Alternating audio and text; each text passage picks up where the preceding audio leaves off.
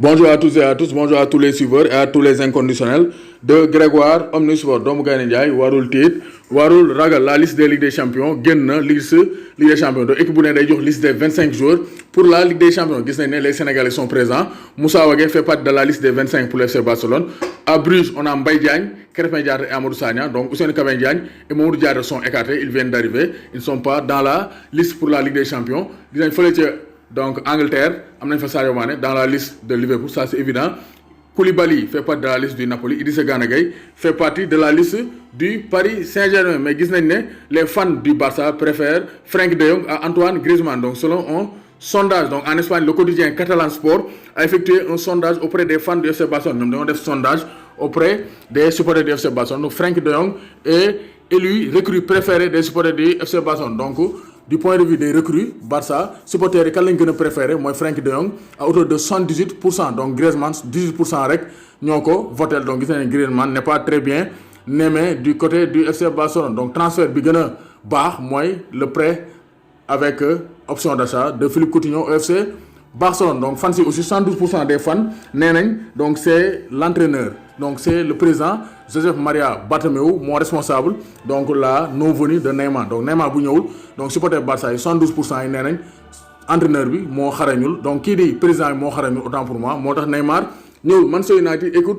Jadon Sancho, donc le virtuose anglais Jadon Sancho du Borussia Dortmund est bien visé par Manchester United mi nga xam ne ñu prépare une offre colossale pour le mois de janvier pour le mercato hivernal. moo tax Jadon Sancho nee na je ne peux pas savoir ce que réserve l'avenir, mais revenir dans le championnat anglais ne me dérangerait pas. Moom nee na xamul lan la ko avenir bi di réserver, amul liy xew ëllëg, mais bu ñëwaatee championnat Angleterre aussi loolu du ko naqare. Koulibaly pose question. Koulibaly est critiqué dans la presse italienne. Donc le défenseur du Napoli Kalidou Koulibaly ne fait plus l'unanimité. Gars yi neen qu'arrive-t-il à Kalidou Koulibaly, lan moo dal Kalidou Koulibaly? Parce que gis nañ ne donc depuis le début de la saison, selon le Corriere dello Sport, le Sénégalais est en effet impliqué sur 5 des 7 derniers buts encaissés par le Napoli. Gis nañ ko face à la Juve, même si on est Sénégalais, on voit Koulibaly donc dégagement bi sur le but vainqueur.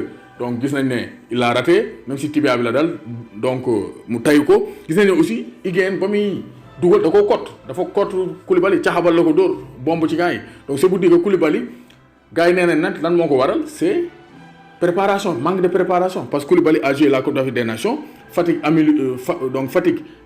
accumulée, préparation tronquée, c'est-à-dire indi na fatigue bu bari préparation bi demul nu mu waree mu bëgg ñu jouer le haut niveau aussi, ça aussi c'est un peu difficile.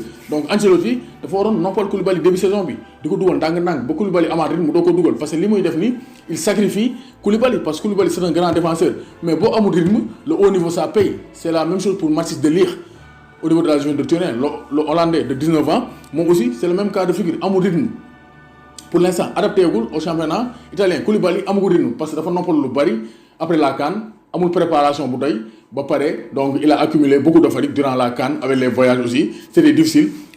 Ancelotti doit revoir la gestion de Koulibaly pour protéger notre Kalidou Koulibaly, parce que actuellement critique yaa ngi dal, parce que quand même il commence à faire des largesses yi nga xamante ne daan ko def ay erreurs la doon def yi nga xam ne daan ko def dans le passé. Donc Koulibaly moom Ancelotti war naa toog waxtaan bu fekkee dafa sonn mu noppal ko ba Koulibaly nekkaat ci forme mu dugal ko ndànk-ndànk, parce que saison baa ngi doog a démarrer, dara xewagul.